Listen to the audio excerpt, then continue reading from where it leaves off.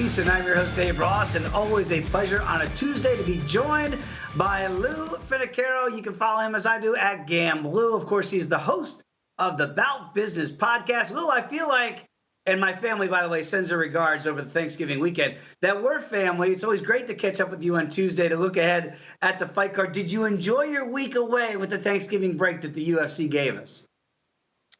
Dave, first of all, thank you so much for having me on. The week away was great. We're big family people here, as I know the Ross family is, and I would be remiss if I didn't send best Thanksgiving wishes out to all the Rosses. I'm tickled you got to go home. I hope all our listeners got some family time in as well. The week off is great. I can do a week off pretty easily, but in a couple weeks, Dave, we have like 4 weeks off, and I don't know what I'm going to do then. I know it's going to be weird not having it over the Christmas break, but likewise, back at you, Lou. My family loves seeing you on First Strike, First Look, and certainly always on Fridays as well for the full hour. But Lou, you mentioned it. I don't know if the UFC is giving us one of those dream non-pay-per-view cards, but this card is really deep. Obviously, the main event, Stephen Thompson against Kevin Holland, should be a really intriguing main event. But Brian Barberena, RDA on the undercard, Matt Schnell on this fight card, Taito Ivasa back on this card. It's really deep. Kyle Dawkins, Eric Anders. I mean, there's some really interesting fights. Let's go to the top dogs here with Stephen Wonderboy Thompson against Big Mouth Kevin Holland. Holland, not a huge favorite, but a favorite over Stephen Wonderboy Thompson here. What do you make of this potential 5-round matchup? I'm totally intrigued by it. We have two basic strikers, Holland, who retired after Chimaev just out wrestled him, and he knew that was going to happen. I think his retirement, as flash as it was also frustration. Because he just can't fight that way. So the UFC turns around and gives them the perfect striker versus striker matchup. Both these guys, Stephen Wonderboy Thompson's got some BJJ, so does Holland, but neither of them really wrestle, and that's how the path to beat each man is. So without having to worry about that, we're set up with a dynamic striker versus striker. And I can't help but think in a fight that opened up as a pick'em, Holland has garnered some action, and I think that's probably accurate. He's younger, taller, longer, perhaps faster. Let's not forget Stephen Wonderboy Thompson, 39 years old now. He's a Wonder Man, not really Wonder Boy. That said, he's been in with the elite of the elite for many years. He hasn't seen anything that Holland isn't going to bring. And really the recipe against Thompson is the Bilal Muhammad wet blanket approach, and he's not going to see that from Holland. So I think we're in for a real treat here. Also with Wonderboy being a small underdog here, plus money, you can get plus money in the over. I was just looking at that here, DraftKings posting over 4.5. is plus $1.40, so the under minus $1.75. Obviously, you got to wade through what could be. I don't know if there's going to be a feeling out process for these two guys. You mentioned Wonderboy, certainly a kickboxer style here. Holland wants to keep the fight standing. Yes, you could get a finish here, Lou, but I kind of look at that plus money at plus $1.40 for over 4.5 rounds. My first instinct is to think over. Am I wrong in that assumption? Well, to speak of the total, Dave, this is something that during Football Saturday last week, when everybody was engulfed in College Football Saturday, these lines were out, and DraftKings had this main event 2.5 over minus 130. I took to TikTok, I took to Twitter, I told anyone that would listen, bet that over 2.5 because it's going to 4.5.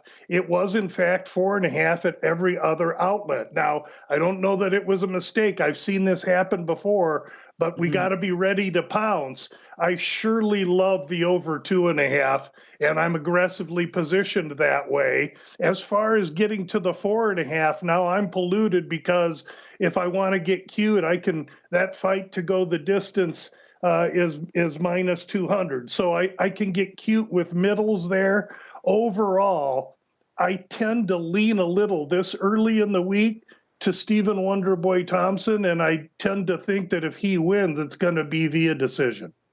Plus $1.35 for Wonderboy if you think he can get his arm raised in a decision victory. I'm kind of on the same side as you, Lou, when I just look at this fight here on a Tuesday. It's what we try to do. But again, that's why you got to follow Lou and check out the About Business podcast as well. We'll get to that at the end of this program. But you give those out, Lou, early for a reason, because these numbers will change, and that's why we bring you this program on a Tuesday. Let's get to the co-main event of the evening, and former great champion in RDA, Rafael dos Anjos, back in there against Brian Barberena.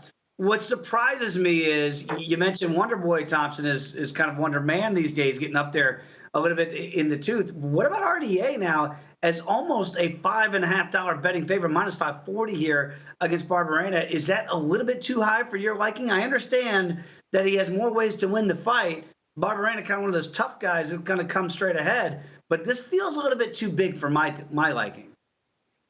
Yeah, this is a fascinating handicap, Dave, because it's all how we're going to project each fighter. Barberena, the legitimate 170-pounder. Yes, early in his career he fought at lightweight, but he's a legit 170-pounder, and he brings power and durability. Not necessarily quick, and though he's not evolutionary slow, he's glacial slow. So it'll be RDA, the legitimate lightweight fighter that's moving up for this fight to 170, that I think is going to have surely the quickness and the speed factors. And so while Barberena is going to be more deliberate and plotting and forthcoming, I think it's RDA that has a chance to really shine here. Now, on the other side, it's the attrition that RDA has taken. In his last fight, he looked great against Fiziev, but got brutally KO'd. That was just in July. And then the fight before that, a 5-round bludgeoning of Renato Moicano. So he's been through the ringer. He's 35. Barberena, 31 or 32, he tends to have a little gas problems in the third round of his fights. They're all wars, as we experienced with Matt Brown. So this is an interesting fight, but one that I definitely am interested in Barberena. Maybe not the side, but in some form of the total. That's a very interesting handicap. Again, a little bit younger, but RDA's been in some real wars, and we know that Barberena is in those wars as well. I just look at up and down this card, Lou, and you do see some sizable dogs for some names that you might go, wow, that feels like a really good price tag. Max Schnell, for instance, is over a $3 betting underdog against Matthias Nicolau here. What do you make of Nicolau at minus 380 against Schnell plus 310? Yeah, these numbers, they're just really inviting us to take dogs, and we know that the favorites are running about 68% this year. So, we have to tiptoe a little bit lightly. You can't get too dog crazy. Now, that said, in this fight, Nicolau's 3-0 since his return to the UFC, but he wins all his fights via decision. Meanwhile, Schnell's probably giving away expertise to Nicolau, BJJ expertise, even striking expertise. He should be the underdog, maybe not this deep, and maybe not a fight I'm looking to invest in, to be honest with you. Yeah, I'm right there with you. It feels tricky. We know Schnell can come back from virtual spots and fights where it looks like he's down and out and get some crazy finishes. Might need to do something like that against the more technical fighter. Tai Tuivasa, whenever you have Bam Bam back in there, it's always going to be an interesting fight against Sergey Pavlovich here. But Pavlovich now is the $2 betting favorite here, minus 210, and Tai is plus 180. For these heavyweights, we know Pavlovich, again, might be more technical than the slugger from down under. What do you make of this matchup? Yeah, another fight that opened as basic pick'em, and now Pavlovich been steamed.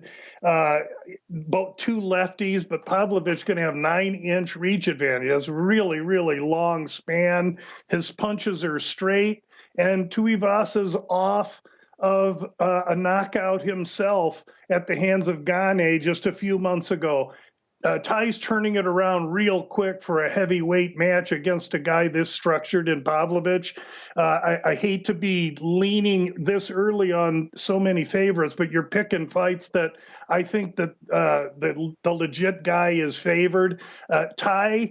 I think Tai is a great fighter that just wants to get in there and scrap. I don't think he cares about his record. I think he cares about earning and providing for his family. And so this quick turnaround has me worried in this fight, Dave.